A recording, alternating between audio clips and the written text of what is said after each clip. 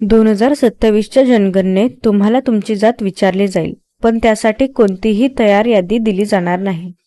तुम्ही जे सांगाल ते जसंच्या तसं लिहून घेत जाईल. हा निर्णय ऐकायला अगदी सोपा वाटतो, पण अडचण अशी आहे की 2011 मध्ये नेमकी हीच पद्धत वापरली गेली होती आणि तो प्रयोग फसला होता. मग यावेळी काय वेगळं होणार आहे? चला हे सगळं जाणून घेऊया.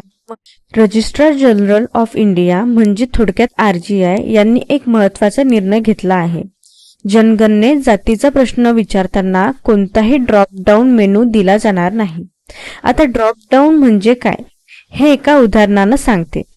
मोबाईलवर एखादा फॉर्म भरताना तयार यादी उघडते आणि तुम्ही त्यातून एक पर्याय निवडता. ह्यालाच ड्रॉप डाऊन म्हणतात. इथे मात्र तसं होणार नाही. त्याऐवजी एक मोकळा रकाना असेल.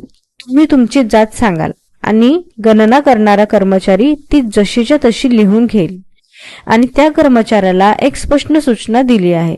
त्यानं कोणतंही आडनाव किंवा पुढचा स्वतःच्या मनानं मोठ्या गटात बसवायचं नाही.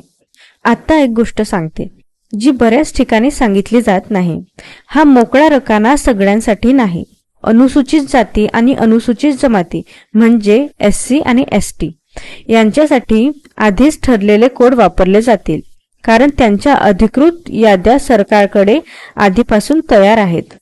मोकळा रकाना फक्त इतर सर्वांसाठी असेल. हा फरक नीट लक्षात ठेवा. समजून घेण्यासाठी तो महत्त्वाचा आहे आणि स्पर्धा परीक्षेच्या दृष्टीनेही तो महत्त्वाचा आहे. आता थोडं मागे वळून बघूया. 2011 मध्ये सरकारनं सामाजिक, आर्थिक आणि जाती जनगणना केली होती. तिला थोडक्यात SECC म्हणतात आणि तिथे नेमकी हीच पद्धती वापरली होती. लोक जे सांगतील ते लिहून घ्यायचं. याचा परिणाम काय झाला? जवळपास 46,70,000 वेगवेगळी नावं समोर आली. आता तुलना बघा.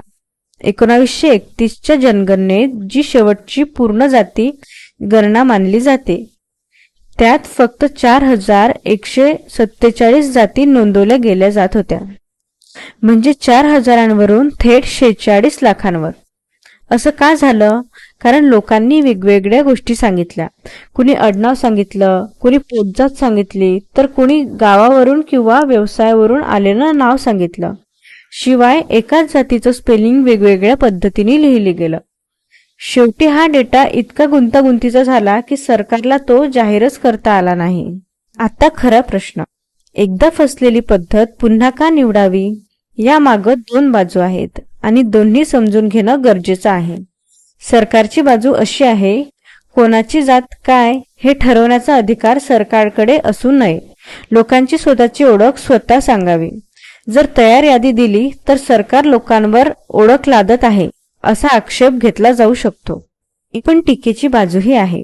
इंडियन एक्सप्रेसच्या वृत्तानुसार गृह मंत्रालयातल्या एका मंत्र्यांनी स्वतः कबूल केलं की या पद्धतीनं 2011 सारखेच निकाल येण्याची शक्यता आहे. सरकारचं म्हणणं असं आहे की जाती जनगणना ही मुळातच गुंतागुंतीची गोष्ट आहे, पण विरोधकांच्या मागणीमुळे ती स्वीकारावी लागली. आणि इथे एक तुलना उपयोगी पडते. बिहारनं 2022-23 मध्ये केलेल्या जाती सर्वेक्षणात तयार यादी वापरली होती आणि त्याचे निकाल 2023 मध्ये प्रसिद्धही करण्यात आले. आता कधी काय होणार ते बघूया.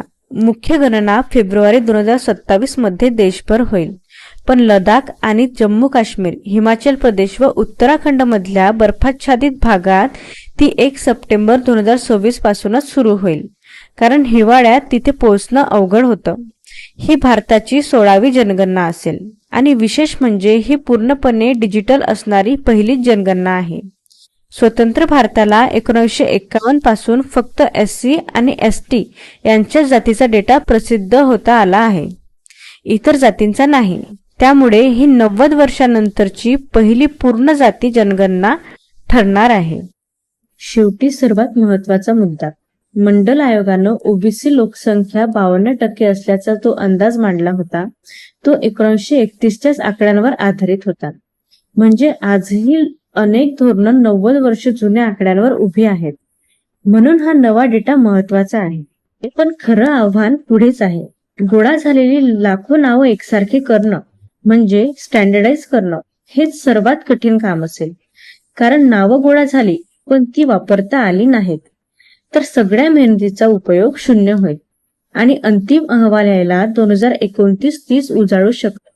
त्यानंतरच मतदारसंघ पुनर्रचनेचा म्हणजे डिलिमिटेशनचा विचार होईल. तुम्हाला काय वाटतं? मोकळा रकाना हा योग्य निर्णय आहे की तयार यादी दिली असती तर डेटा जास्त उपयोगी ठरला असता? कमेंटमध्ये तुमचं मत नक्की सांगा. व्हिडिओ उपयुक्त वाटला असेल तर लाईक करा आणि चॅनलला सबस्क्राईब करा. भेटूया पुढच्या व्हिडिओमध्ये. धन्यवाद.